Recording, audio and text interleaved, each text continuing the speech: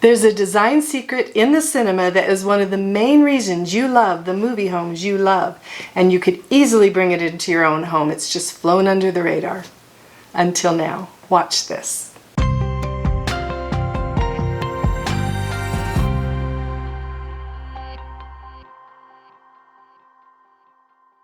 Hi, I'm Marina Coates. Welcome to Cinematically Inspired Design, where we take the design secrets from the cinema and bring them into your home. The topic today is a key ingredient in your favorite movie homes, and it's hidden in plain sight.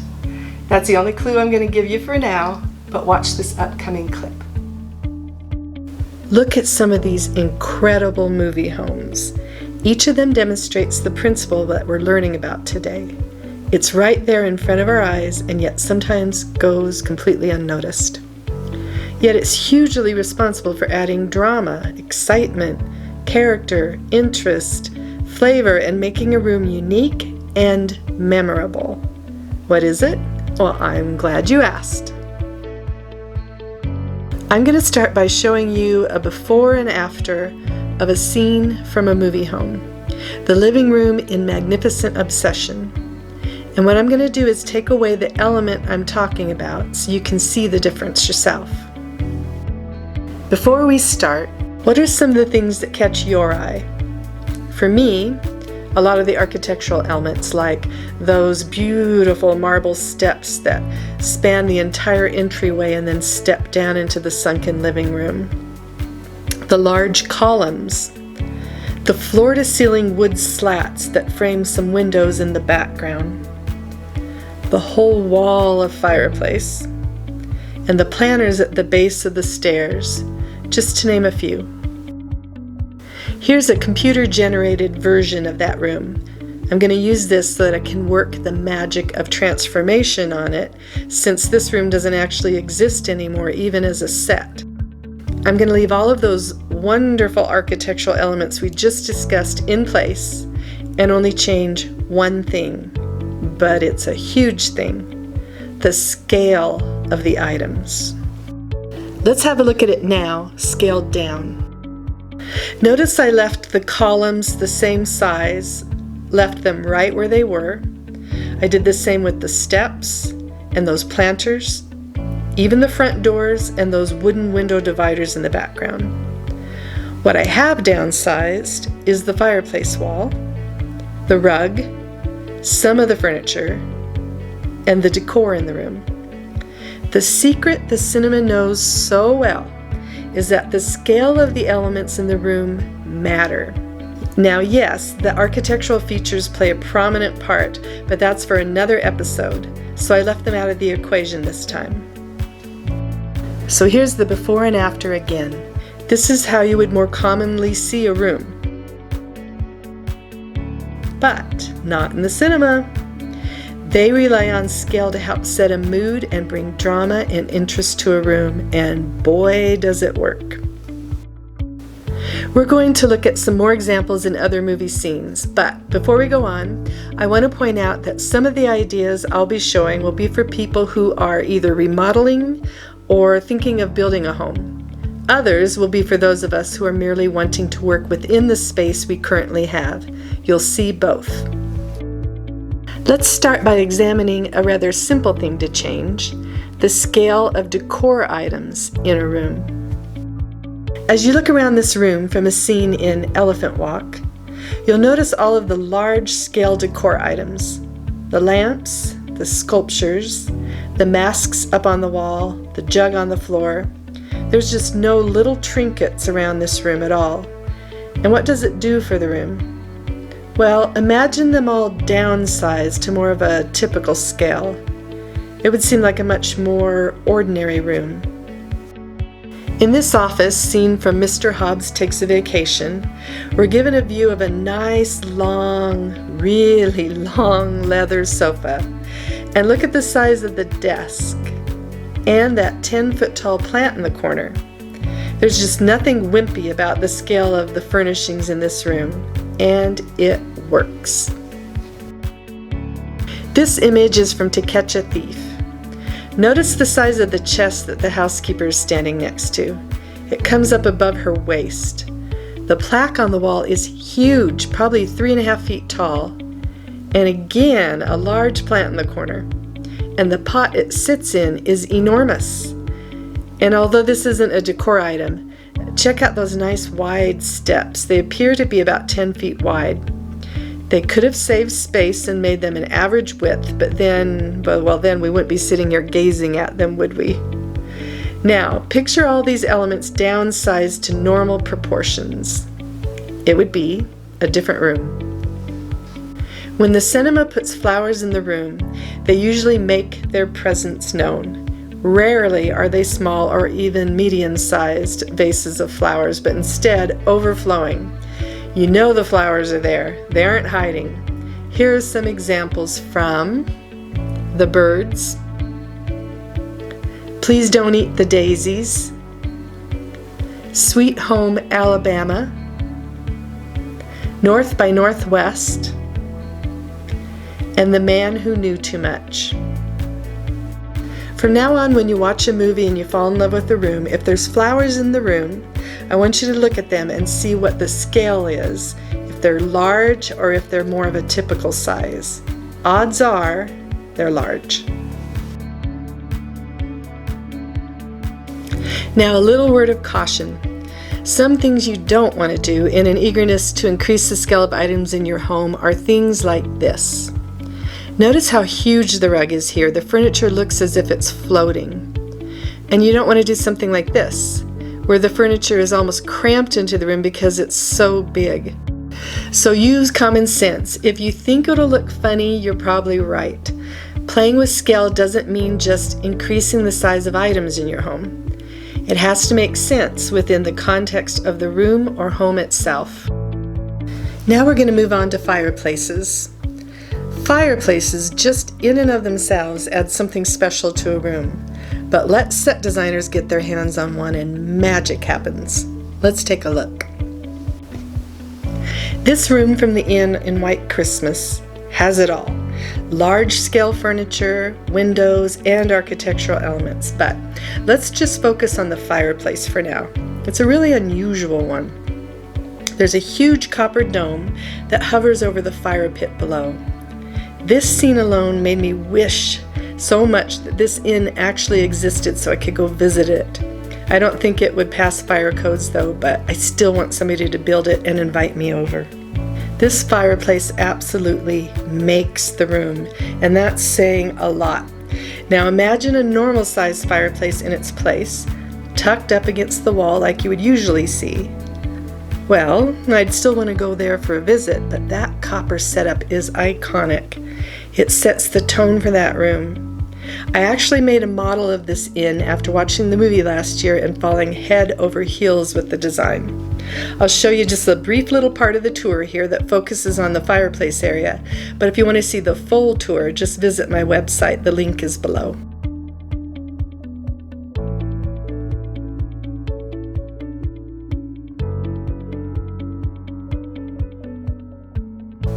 And here's the lovely North by Northwest. Who hasn't fallen in love with this home? Here the fireplace takes center stage. It meanders on past the burning logs with the stone going on around the corner and then even continuing up to the second floor hallway. Now picture this classic movie home with only a typical size stone fireplace and then just drywall surrounding it after that. It just wouldn't be such a well-loved home from the movies that it is today. Look at this fireplace from the 1954 version of A Star is Born. It's kept low, it doesn't go to the ceiling, and yet it grabs your attention, due to the fact that it takes up the entire width of the wall, and also because of the chunkiness of both the mantel and the hearth. This same view with a fireplace that only took up half of that width wouldn't be near as interesting, would it? Here we have the Parent Trap again. We can learn so many things from this home. Today, let's study the fireplace wall. And what an impressive fireplace it is. Tall enough to walk into in the first portion of it, and then it recesses back to a smaller fireplace alcove where they actually light the fires. Then there's those two massive beams and a colorful tile base. And look at the size of it. It takes up at least half of that wall.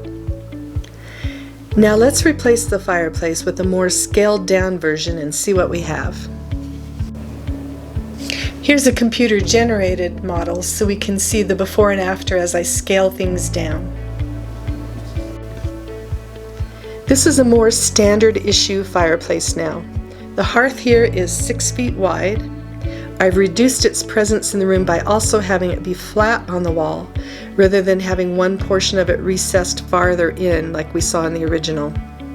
I kept all the materials the same, the rough-hewn wood mantle and colorful Spanish tiles. Everything is the same, it's just scaled down. Then I went ahead and scaled down some of the other items in the room. The artwork on the walls, the rug under the furniture, the lamp, and the table on the left. Now let's have a look again at the before and after. The change felt in this room in the before and after is all due to the scaling down of items. The square feet and the floor plan remain exactly the same. Do you see what scale can do?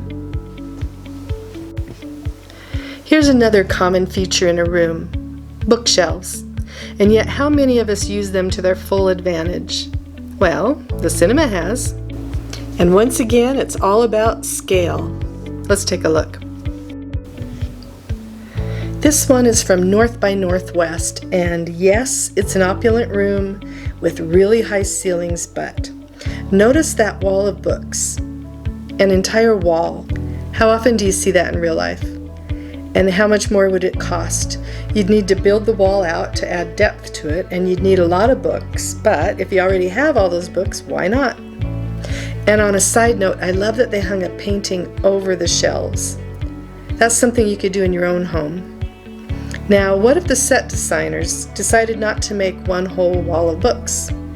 What if it was a plain wall? Let's see what it would look like. You've lost quite a bit of drama with just that move. It's still a huge room full of luxurious items, but the impact that that wall provided is now gone. That last scene took place in a large, extravagant home. So let's bring it down a few notches to a more realistic setting, a much smaller place. This is the apartment from Rear Window, which is a very typical size for a small apartment. And yet, notice the wall that serves as a room divider between the living room and the kitchen. The entire thing is a bookshelf, end to end, instead of a regular wall. This time it's full of more than just books too. We see paintings, photographs, and sculptures. Imagine this scene right here with only a blank wall behind them.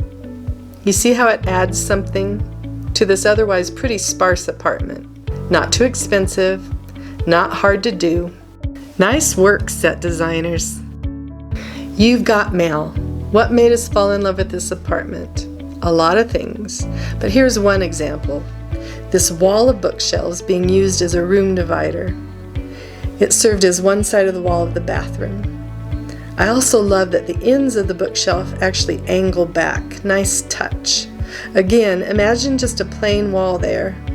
It would still be a cool apartment, but it definitely adds a unique element. Here's another small apartment that used a large bookshelf to add some spice. This is Midge's apartment on Vertigo. You can see how tiny that kitchen is. Actually, the whole apartment is so small, and yet she has a floor-to-ceiling bookshelf here.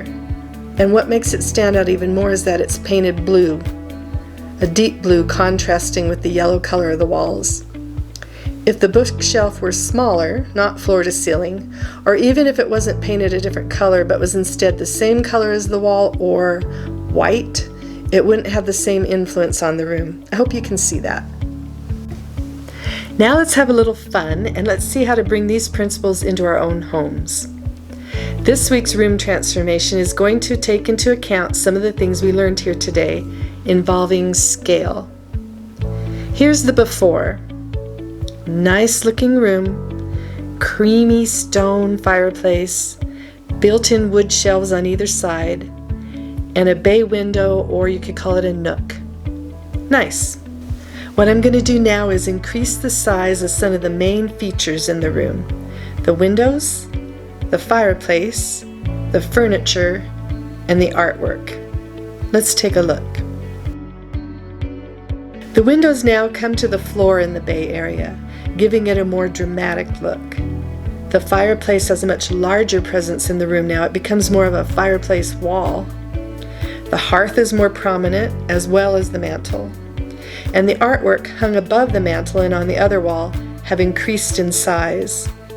The furniture in the bay window and beside it are larger, more significant in size and characteristics. I kept everything else the same items on the bookshelves, the same footprint, the wall color's the same, the flooring's the same. So see what a difference just increasing the size of some of the major elements in a room can do.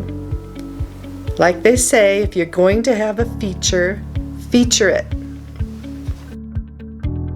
Some other elements in a room that can benefit greatly from increasing their size are art, architectural elements, windows, and believe it or not, even the width of a hallway. On our next episode, we'll go into more detail about these elements, and not just the scale of them, but other ways the cinema uses them to create a mood and add drama. To recap, this week we learned about how the cinema uses the scale of items to make us fall in love with those movie homes. Some of the items we covered today are decor items, such as furniture, rugs, plants, flowers, lamps, fireplaces, bookshelves, and we also learned how not to apply this principle, such as a room cramped with oversized furniture or furniture that seems to float on a rug that is much too large. It's time for viewer questions. This week's question comes from a follower on Facebook, and he writes, which essential design elements inject the most personality into rooms to make a home truly unique? Well, my 4 would be color and scale, which we've talked about in past episodes and in today's episode, and then architectural elements and artwork. And both of those are coming up in the next episode. To demonstrate why I would choose those 4 things, I'm about to show you some images, and when I do, I want you to imagine each of them with these key elements either missing or toned down. You'll see that the rooms will be a little more bland that way. A Star is Born,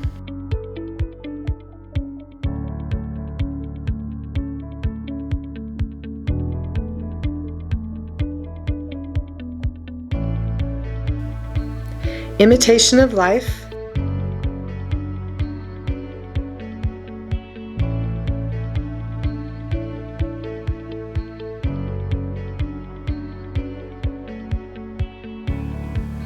Pillow Talk,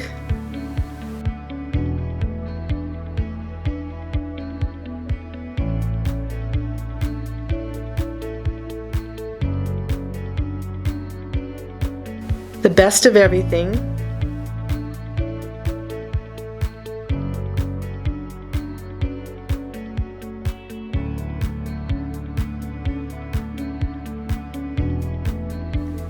Leave Her to Heaven.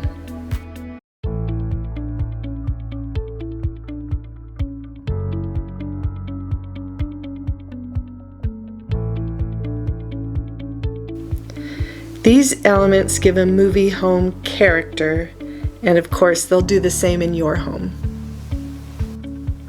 It's that time again, chocolate time. This week it's from C's, and it's one of my absolute favorites from there called Apricot Delight. Let me tell you why I love it. The inside is full of actual little bits of dried apricots, and then they've rolled it in an apricot cream and then dipped it in white chocolate and then rolled it in toasted coconut. It's marvelous. Try it.